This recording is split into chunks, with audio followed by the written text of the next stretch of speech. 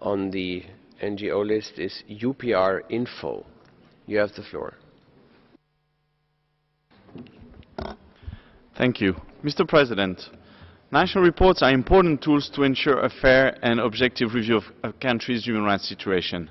They contain useful information and updates on the implementation of previous recommendations and can therefore help recommending states in addressing the key issues at stake. UPR Info has analyzed 84 national reports from session 13 to 19 in order to identify best practices. Reporting on implementation of previous recommendations is of high importance to ensure accountability and continuous progression from one review to another. In that sense, we are pleased to note that 90% of national reports list the steps taken to implement accepted recommendations. We particularly welcome the good practices by Mali that provided clear updates on recommendations specifying their actual status, implemented, in progress, or not implemented. However, only half of states actually report on all accepted recommendations. In addition, reporting on noted recommendations could be improved. Fewer than half of national reports include information on those noted recommendations.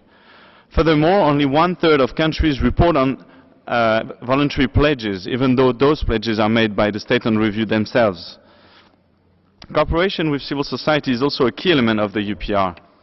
The improvement of human rights is contingent on multi-stakeholder dialogue.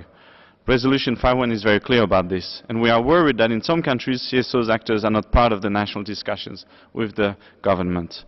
Most national reports mention that they have consulted CSOs in the preparation for the review. However, very little information is usually provided on the details of such consultations, such as dates, location, participants, and content. In this framework, we welcome the good practices by Cameroon to list the participants, and by Switzerland for making space in its own report, and by Chile, Morocco, and Tunisia in an annex, to share the concerns expressed by these CSOs during the consultations. We encourage states to do better in reporting on implementation and in meeting with CSOs and